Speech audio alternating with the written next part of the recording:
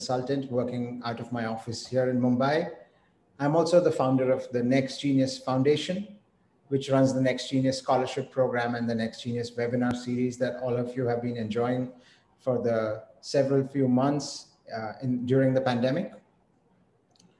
And in December, we offered all of you a Christmas present, which was a month-long SAT and ACT fair. And starting February 14th, we offered you a Valentine's Day present, which was a 6-week-long AP fair. And we have now come to the end of that AP fair. And I would say we have kept the jewel event right at the end. Here, joining me today are 3 prestigious admission officers. Nicole Buenzli from Union College. Nicole is the Associate Dean of Admissions and the Director of International Admissions at Union.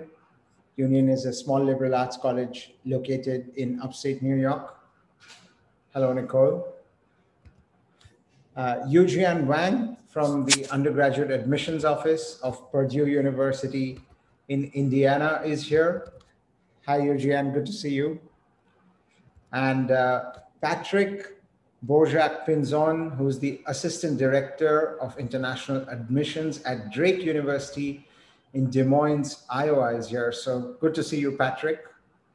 And I know that colleagues from the Next Genius team are also here to help out in case there are any technical issues. So before we go ahead, just a couple of quick announcements, housekeeping related things. We are streaming this live on YouTube. So for those of you who are here on YouTube, a big hello. Thank you for joining us. And for those in the audience here on the Zoom platform, if you have any questions at any point while we are having the discussions, please do post them in the Q&A. And Nicole, Yujian, Patrick, and me will try to address them at the end of the discussion. So having said that, and for the benefit of my fellow presenters, let me give you a little bit of a feedback on the ground reality here in India. Obviously, you know, the pandemic has taken its own toll, and students are struggling very much at school. It was met with some jubilation, though, when kids heard that the SAT and the ACT were not required anymore. So there was a big hurrah from so many of my students. And you know, the verdict is still out there, I would say, in the minds of students and parents about whether to take it, not to take it, will it increase my chance of getting in or not? So that was the topic of discussion for a previous set of fair we did. And then there was interesting development, right, from the College Board, where they said that we are going to discontinue the SAT subject test and also discontinue the essay section of the SAT for the students who are going to take it. So that was met with some confusion because, you know, there were so many voices. There is the voice of the test prep tutor. There is the voice of the school counselor. There is the voice of the internet. There is the voice of admission officers such as yourself. There are folks like me who are independent counselors. So the reality is that there is a lot of confusion in the minds of students about whether to take the APs, not to take them, will it add value or not? So that's really the big reason, you know, why we were arranging this AP fair. The College Board news came a little bit later, although, but we realized the importance of this, you know, going forward. And I think it's been received very well. So thank you to everybody in the audience. In the last couple of weeks, there have been an increasing number of questions from school counselors to both our organization and test prep tutors about the importance of the APs, right? So APs were not as hotly discussed, and I think they're taking a more center stage here in India. So that is one data point. And the second thing that I have noticed, and again, this is feedback from India for all of you, is younger kids are starting to talk about the APs. So students at the, you know, end of the freshman year, sophomore year, typically it would have been the junior, right, who took it at the end of the junior year and then went into the senior year and made the college applications. But I'm seeing more and more younger kids talk about the APs. So So that's setting the scene for what's going on. And I thought that maybe we could just touch upon a couple of questions today, and you could present your mindset and perspective. So maybe we can start with the first question for the day for the three of you, which is, how do you read an AP score when you receive an application? And we will talk about hypothetically two different types of applications, one from an international school or an IB school here in India, and one from an Indian curriculum school. And let's say you see some AP scores. How do you read that? How do you perceive that? So maybe we can start with Nicole, Yujian, and then Patrick. Thank you, Neeraj. So I'll skip to, for students who are applying from an Indian curriculum, this is where I always say for students with testing that it's most beneficial coming from India, just because of the points at which we receive updated information on your academics in India. So typically you have your grade 10 boards, and then really having progress on your academics after that is limited in a standard curriculum. It's just not necessarily, it's meant to encourage you to do better. It's not necessarily completely accurate or reflective of your experience. And so I would say with when we see those test scores come through, it gives us a pulse or an idea of how your curriculum is progressing, and gives us a sense of the type of information that you might have covered in certain subject areas or components that are reflective of a standard that we understand. And so it just puts everyone a little bit more on a common scale to some extent. So it gives us a reference or a check-in point, perhaps past your board exams. For students coming from an international curriculum, again, I think really this just builds on how maybe you're challenging yourself within that curriculum, similar to other international curriculums. But often there are more points across your development with your transcript that we can watch your growth. So that would be the way that I think about it, is both give us a standardized progress report, for example, of what curriculum you're covering and how maybe your academic achievement is progressing on a standardized scale. But it's a little bit different for each type of curriculum based on what's provided. Yujian, would you like to maybe add to that?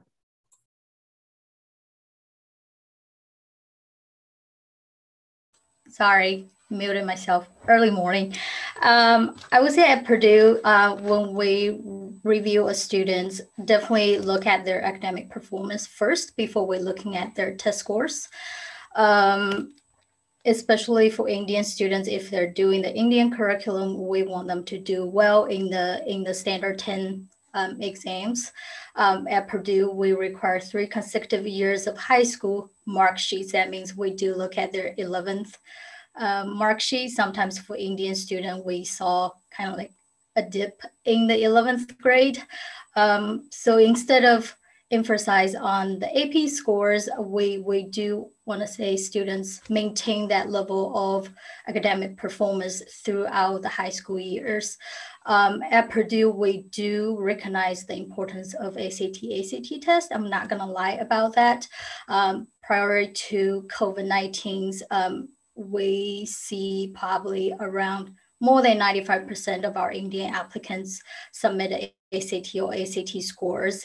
And because of COVID, Purdue started this test flexible policy, which means if student can't take it, we will still move forward with the application reviewing process. So in this year, we definitely saw an increase of the AP scores. But I think the AP scores, myself and some of our other counselors view it a cherry on top. If you're doing really good in your academic performance, then having an AP score does show your ability of mastering a certain subject. Like if you do well in AP calculus or AP physics, and you're applying to programs like our engineering programs or computer science program, that definitely adds a point for your applications. But if you're not even doing well in your regular curriculum, that's just not going to help with your application application. As for students in the IB curriculum or IGCSE, similar points, we want them to do well in those curriculums. And also with AP, one good thing is student does receive college credits, same with some of the IB higher levels and with IGCSE A levels. So for students in those curriculums, their IB curriculum or IGCSE A levels, we want them to focus on that instead of trying to take AP exams. I'll pass that to Patrick. Thank you. So I would say that between the two my colleagues here, I think we're probably more similar to Purdue. We do look favorably upon AP scores, but we don't require them because we know that not every student has access to them. Not every school offers them. So if they're at a school that, think of it this way, when we're reviewing the applications on the review form, we the reviewers see a question that says, does the student's school offer AP scores? And if we click no, then it just moves on, and then we'll evaluate the credentials that they did provide. If we click yes, that the school does offer it, then the next question that pops up is, did the school or did the student take any AP scores? And if that second answer is no, we're going to wonder why. And it's not a death knell for that student who didn't, but we're going to look a little bit more closely and wonder why that is. And it can be somewhat a slight blemish. Yeah, and going on, Yujian's comment about the SAT, ACT. We've been test flexible for probably about 7 years now. By test flexible, it means that if the student comes in with a certain grade point average, then we don't require the SAT or the ACT. The student can instead do an interview to replace that.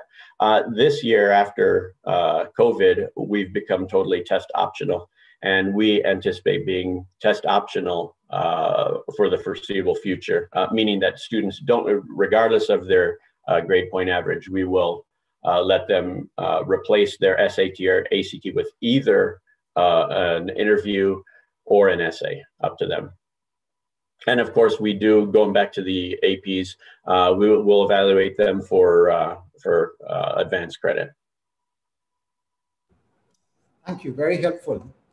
So, very frequently there is this debate going on with counselors at IB schools here in India that should our kids even bother giving the APs, and many counselors I know, and I can see some of them in the audience, friends and colleagues from years. One camp says there is absolutely no need to take the APs, right? IB is such a rigorous curriculum. You do not need to spend extra time and effort, money doing the APs.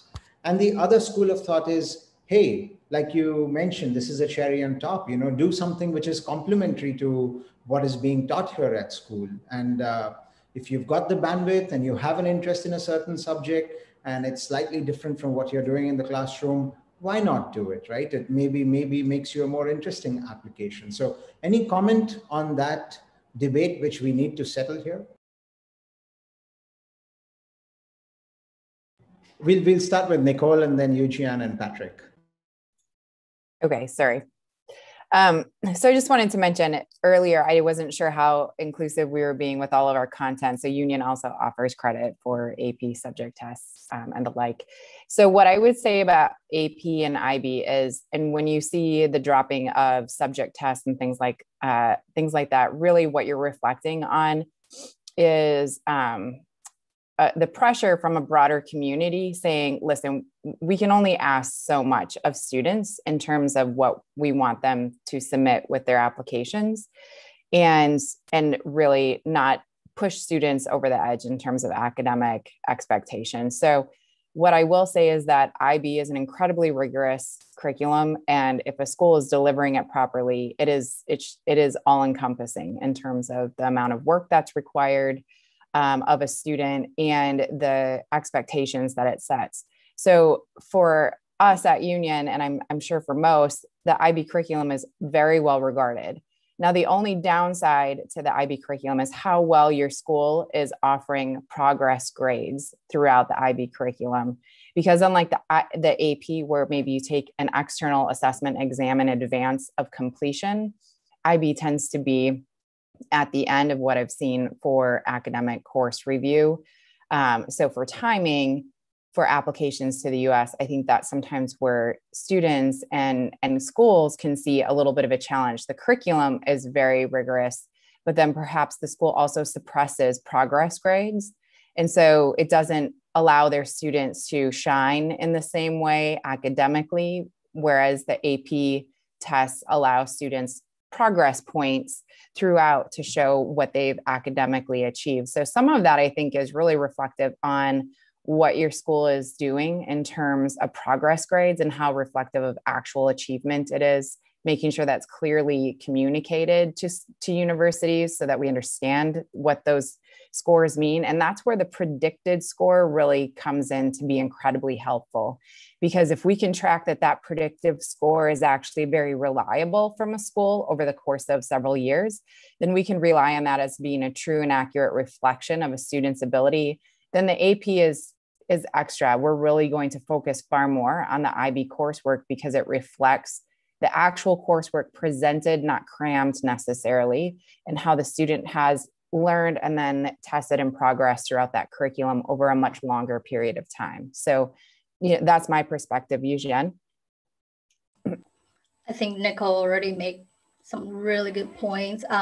Just say it again, we as admissions counselors here at the universities and different institutions, we already recognize the rigorous of the IB curriculum. And sometimes we always say the more the better, but sometimes I don't think it's the case. In this case, like not the more AP scores you can get, make your application stronger. I think what students should focus on as an IB curriculum students is their IB classes. If they have the opportunity to take advanced classes, some of those higher level IB classes, that's what they should do instead of trying to spend more energy outside their already pretty busy, stressful curriculum to take extra like AP exams. That's what I just want to say here. Honestly, there's not much more I can say. My two colleagues, I think, nailed it. We would agree with that. One thing I would like to say is that you mentioned the disappearance of the SAT subject tests. At Drake, we were never a fan of those to begin with, just because, again, like Nicole said, it's just one more thing that the student feels compelled to do and turn in. So we never had it as a requirement. So it going away never impacted how Drake handles AP. Super, thank you. So, while you were talking about this, something struck me, and how much attention do you pay to the subjects that the student has chosen to do the AP in, and how that overlaps with what they're doing in the classroom? One student who is, let's say, a very strong STEM student, but they decided to do like a history AP, how would you see that student?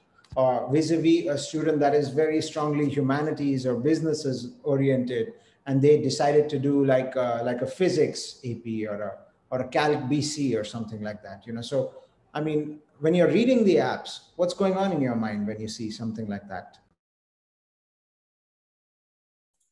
Patrick, did you want to start? Because I feel like you get left to the end. Let's reverse the order. How about that? Good idea.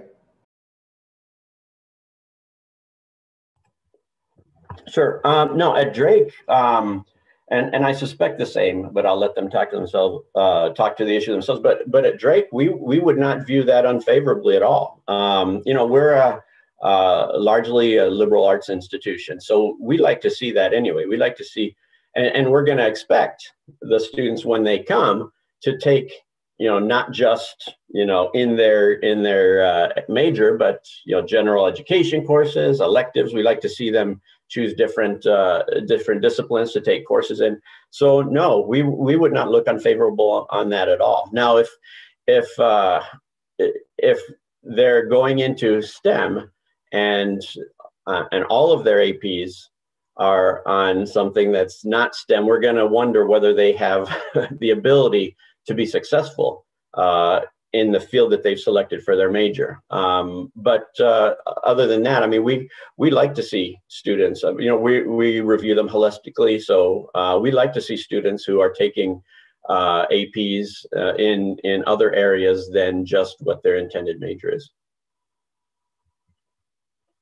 I don't know who's next. Should we go with Yujian next and then Nicole? Sure. Well, at Purdue, we actually do recommend students if they're interested in applying to a STEM program. We do encourage them to take APs in that kind of sort of relevant area. So if they're interested in engineering, science, agriculture, or any kind of health related program, we do encourage them to think about taking APs in, let's say, math, physics, biology, or chemistry. So I think that's a little bit different than what Patrick said. But yeah, if they have the energy and the time to take AP exams other than those subjects, I think it's something nice to see too, just to see they have a broad interest of a different kind of subjects, and they're gonna get college credits for those. So I made notes. I'm sorry if you see, I know I have glasses. Sometimes you can see people popping up, but I'm like, I don't want to forget and not over talk what you were saying. A couple of things that I would say in terms of how you select your courses. First of all, your course selection should reflect your actual interests and personality. So if you're entirely interested in STEM and that's where your focus is, then absolutely your courses will reflect that. And probably your college and university list will reflect that as well. So I think that a student should not misrepresent their interests or their abilities necessarily. And again, I think the school that you choose to apply to and the courses you select will all be reflective of that. I could go down the liberal arts, soapbox about why you should choose all sorts of other courses, but that is not this session. So I'm happy to touch on that later. The other thing I would say is play to your strengths. So sometimes I think students take things because they have to. And I'd say, it's the same with IB as AP, play to your strengths. If there are clear things, demonstrations of strength you would like to show us, you can make those course selections in that way and show us what your strengths are. But I will also say that if you're not in an English-based curriculum or where language might be a question, your courses should in some way, when you choose them, reflect your English strengths. So that could be an English course. It could also be history. It could be a course that reflects to us your English capacity. So I'm not just talking about your ability to speak English or to sing the most recent popular song, but how to do serious academic work in English. And so that's why many of us, even though you may come from an English curriculum, will ask for a demonstration of English ability, because our courses are a deep level of requirement with English, regardless of what subject you choose quite often in terms of the type of papers or research components that you'll have to produce. So those would be my 3 suggestions in terms of how and what you choose to select. Fantastic. Thank you. Very insightful comments. So just a quick inquiry from the 3 of you. Do you see more APs being reported by Indian curriculum kids from India, or do you see more from the IB kids that come from India, just as a percentage of applications? Maybe we could start with you, Jian. We definitely see more AP being reported from Indian curriculum students. Is that true at Union as well, Nicole? Okay. Yeah, it is. Super. Any comments, Patrick? Same. All right. Super. So recently I was having a conversation with one of the students who attended the webinars, and he was asking me, if I take an AP and let's say I don't score so well in that, let's say I got a 3, 4, should I report it? Will it affect my application negatively? So any comments on a question such as that?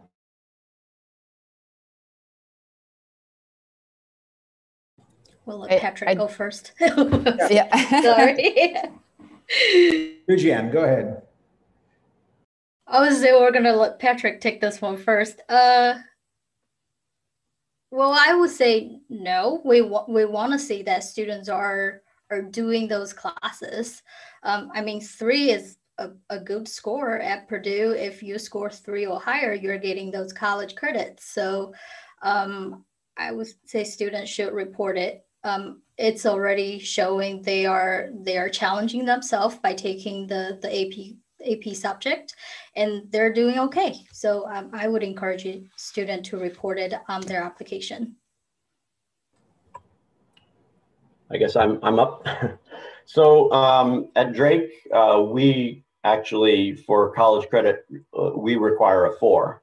So, but I wouldn't, I guess it's tough for me to talk about the strategy of the student to hide some of their work from us. It's really going to be up to them, but we'll look favorably on something that's a 4. If it's below a 4, not so much, and I'll leave it at that. They can decide what to do. That's helpful, right? So, I mean, the message is the student should check with the college that when will the credit be given to me, is 4 the cutoff at your institution, so that's a great insight, Patrick. Thanks for that. Nicole, your comments.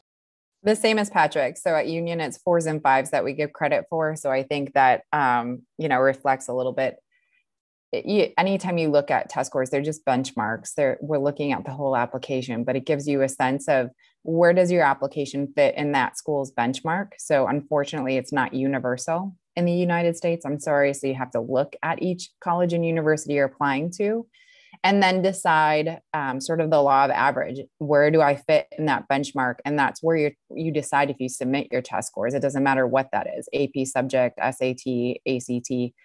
I think that is how you decide, especially in the age of test optional, it's a law of averages. Is it improving my academic profile or is it not? And I think that a student really has to think about that when they're applying to the school, but also how that impacts their application. It is a choice. And I do think that if a student didn't do well on an exam, it can mean a lot of things, and it is a choice for them to submit it. So you choose, it's up to you to sort of make sure your application reflects what you're capable of. Fantastic. All of us talk about APs and credits in such a matter of fact kind of way. We know all about it, but in our audience, there are a lot of young counselors and students who many a times are lost about what does it mean to get credit, and do APs guarantee credit when I go to a college? So any of you would like to volunteer and explain and give sort of a credit? Yeah, go for it, Nicole. What are credits? What happens when you get credit from the AP and when you go to college? Neeraj, I'm going to share my screen very quickly, if that's okay, not to freak you out. Hopefully that works okay. So most schools will have something that looks like this, where it allows you to go and look at what a school offers, what the test name is, what score is required, and what credit you might receive for that score, and what the requirements are based on that particular course or test requirement. That credit, what that credit means is that you receive credit at our university towards your graduation requirements. And so for each school, you have a certain number of credits required to graduate. And this credit allows you more flexibility. You get that credit for free. Basically, you don't pay for that credit. You've already done it. And it's applied based on your AP score. At each school, it may impact differently, even within discipline. So again, that chart I showed you, we'll dig in a little deeper. Does it apply for maybe a lower level STEM course or a math requirement, say for one of our engineering majors, will it allow you to not have to take that level of math course for your foundational engineering course? Or is it going to remove perhaps another requirement? That depends on the school again as well. And often the department, each department will decide how that AP credit is applied to your major or to your progress. But for sure, it will reflect credit, which allows, again, free coursework applied to your school, and also flexibility. So students will have flexibility within the courses that they're taking to do off-campus study abroad, internships, additional courses for fun and interest.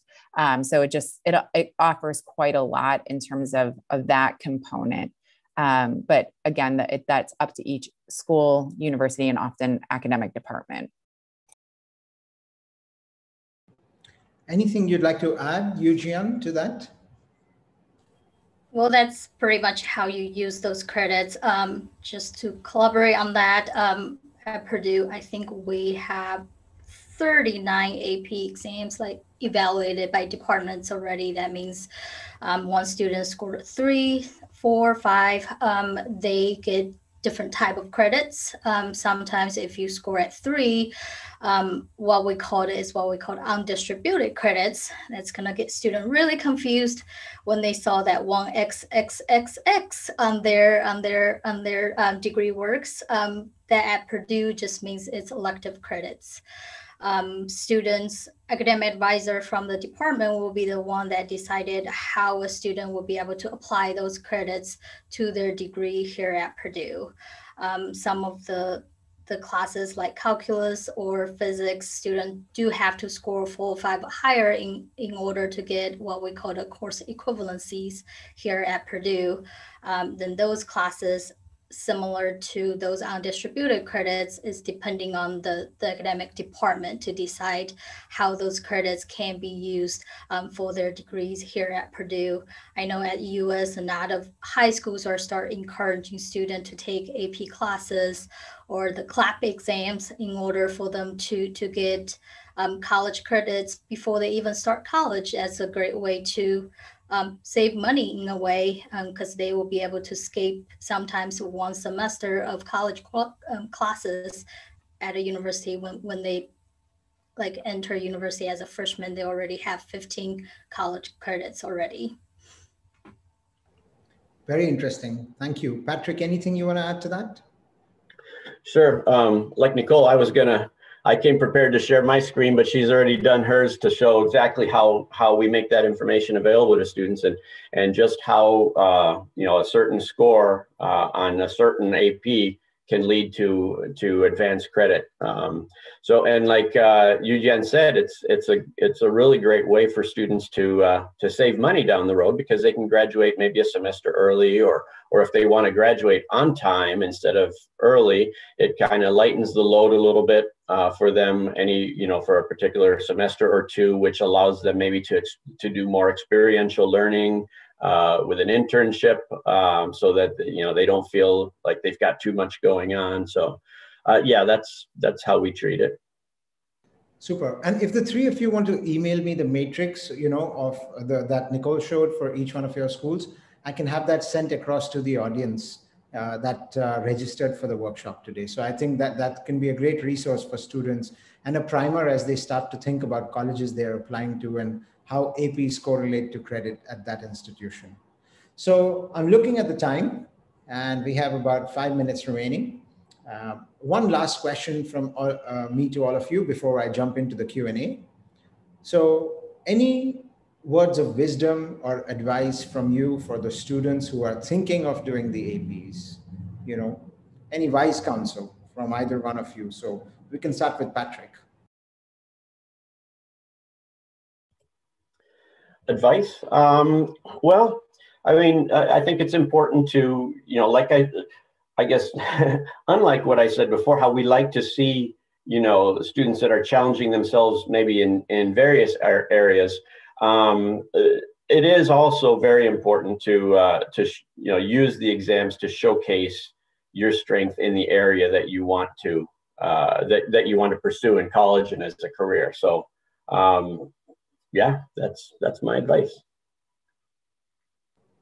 Let's go Nicole, number 2. I think my recommendations were earlier: play to your strengths, reflect your personality and your choices, and make sure you're demonstrating your proficiency in English as needed. Yujian.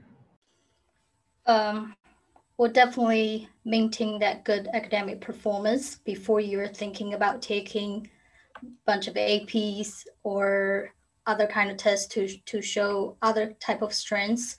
When we talk about holistic review, that means we are looking at your extracurricular activities. That means definitely pay attention, show those involvement within your community, in your school or outside your schools. Pay attention on your essays before you try to take AP classes. That's my advice when it comes to AP. Very helpful. Thank you so much, the 3 of you, for participating today. I've selected 2 questions from the various questions that came. The first one is, what AP courses would you recommend for astrophysics courses at the institution? So I'm not sure which of yours, which college offers astrophysics. Does Union offer astrophysics? Yes. So if you would like to take that, and in general, you know, how would you advise somebody who's planning for, say, X major? Which AP? So I think, you know, what students often forget is the strong proficiency in math requirement, which I think you forget because the Indian curriculum is pretty robust on average in math if a student is pursuing STEM. But I think a way to reflect that math component is part 1.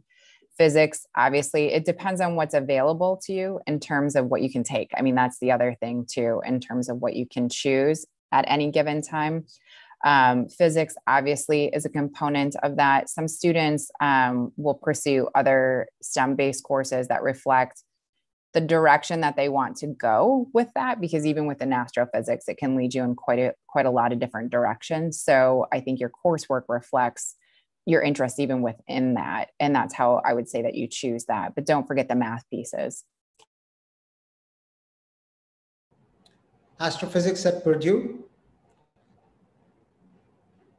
I don't think we have a specific program called astrophysics, but it definitely is a component within our physics major. Sometimes a lot of students would want to come to Purdue and study astronautical engineering, because with all our astronauts here at Purdue, similar as what Nicole said, just definitely don't miss that math piece when it comes to physics. So AP calculus, it could be a great subject to take, as well as AP physics. Super. And Patrick, anybody who wants to do astronomy or physics at Drake, what would you suggest? You've done your research. Yes, we don't offer astrophysics, but we do offer both astronomy and physics, and students can do a fairly easily a double major in the 2. For either of those or both of those, absolutely French literature. That's a joke. Yeah, just like my colleague said, we're going to, you know, if whatever physics are available, we would suggest they do that. Don't neglect the math as well. Super, thank you. And one last question in the interest of time, and we'll close after that. So what about relying on predictive grades of a totally new IB school? Will, in that case, AP give a better picture of my academic profile? You know, Nicole mentioned about the predictive grades, right, from IB school. So what if it's a newer IB school, or it's a school that you haven't received applications from? Any comments for the student?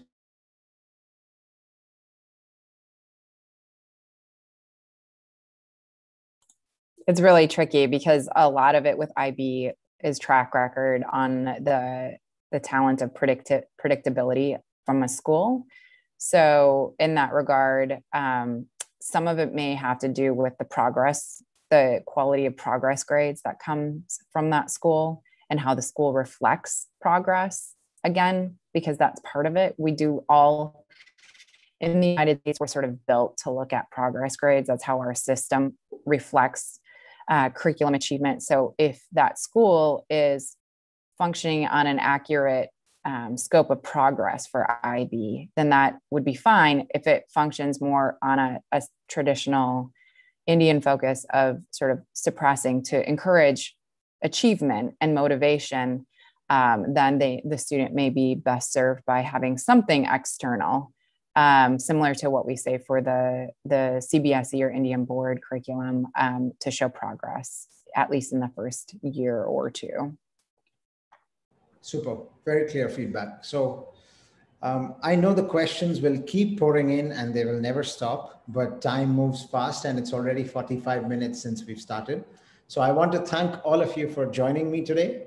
I know that it's 6:30 and 7:30 in the morning, Chicago time for all of you. So it's a real testimony to how committed you are to your jobs and to your profession. So thank you so much. I hope you have a great Sunday.